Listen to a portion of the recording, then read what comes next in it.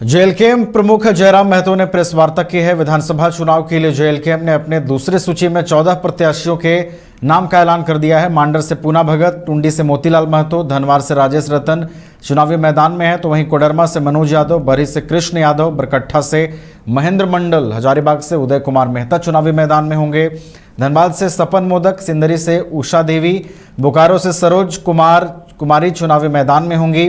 गांडे से रिजवान अंसारी, गोड्डा से परिमल ठाकुर चुनावी मैदान में है। वहीं खरसावां से पांडुराम और डाल्टनगंज से अंकित मेहता चुनावी मैदान में होंगे।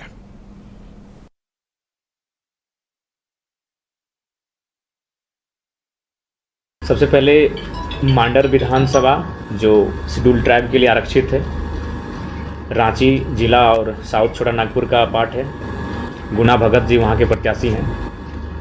टुंडी विधानसभा जो कि चर्चित विधानसभा है, चूँकि वो विधानसभा मेरी है लेकिन डुमरी मेरा डिमांड हुआ, तो उसके लिए जो डुमरी के चर्चित नेता हैं मोतीलाल महतो जी, उन्हें टुंडी शिफ्ट किया गया है। सीट को एक्सचेंज कर सकते हैं। धनवार से राजेश रतन जी हैं जो गिरिडीह जिला का है। मोतीलाल महतो जो हमारे पार्टी के वरीय उपाध्यक्ष हैं और हाँ, और विगत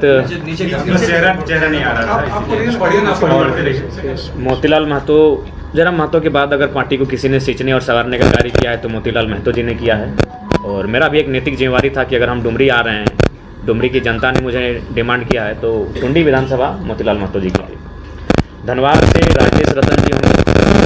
हाँ, राजेश धनवार कोडरमा, हाँ राजेश रतन से हमारे पार्टी के और एक नामी चेहरे, बड़े नेता कह सकते हैं, पार्टी के उपाध्यक्ष आंदोलनकारी छात्र नेता मनोज यादव जी होंगे।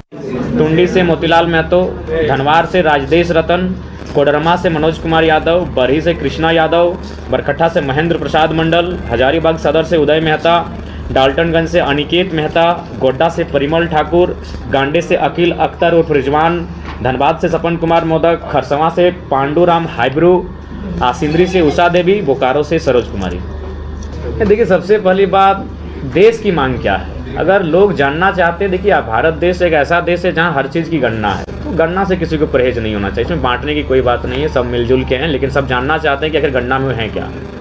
अगला लिस्ट कब तक? अब पता नहीं, शायद प्रेस कॉन्फ्रेंस के अवसर से मौका मिले या ना मिले, लेकिन अगला लिस्ट हमें लगता है कि आज रात को भी हो सकता है, कल सुबह भी हो सकती है। हम प्रयास करेंगे दुर्गा पूजा दशमी तक सारी सीटों की घोषणा कर दी जाए, ताकि हमारे जो प्रत्याशी हैं उनको पर्याप्त समय मिल जाएगा चुनाव लड़ने के लिए। लड़ते हैं हम, टुंडी से भी लड़ेंगे तो चुनौती है, हम मांडू भी जाएंगे, बेरमो भी जाएंगे तो चुनौती है। चुनौती हर एक सीट में है, चूँकि विधानसभा का चुनाव है, तो हम लोग उस चुनौतियों से निपटने के लिए तैयार हैं और मेहनत लगातार कर रहे हैं। मेहनत इतनी कर रहे हैं कि हम परसों साहेबगंज में थे, अगली सुबह हजारीबाग में थे, अगली उसकी रात को रांची में, और आज हम धनबाद में हैं। तो तय है, चूँकि पार्टी के केंद्र अध्यक्ष होने के नाते पार्टी का जो निर्देश है मुझे लेकर, चूँकि दो जगह से हम प्रत्याशी होंगे और दूसरे सीट कहाँ से होंगे इसकी घोषणा प्रेस कॉन्फ्रेंस के माध्यम से करेंगे। तीसरी चौथी सूची।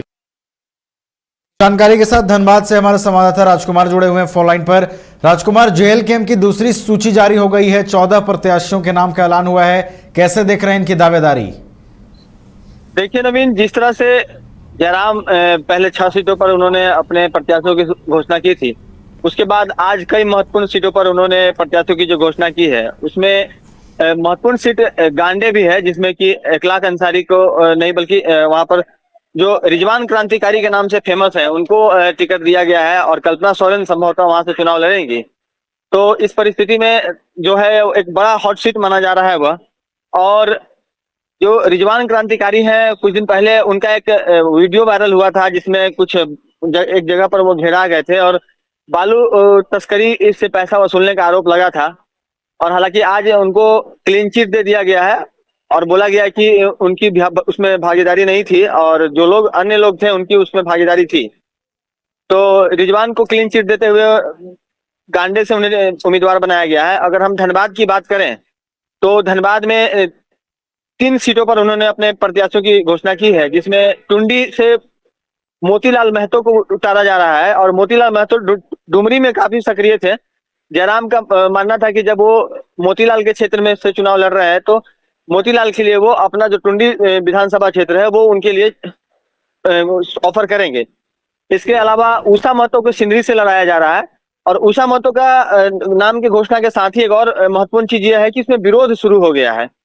कुल 11 कैंडिडेट थे यहाँ पर जो लोग संभावित प्रत्याशी बनने के लिए थे, और सभी लोगों ने विरोध कर दिया है। और करीब 3-4 लोग तो मुखर होकर सामने भी आ गए हैं, मीडिया से लगातार उन लोगों ने बातें भी की है।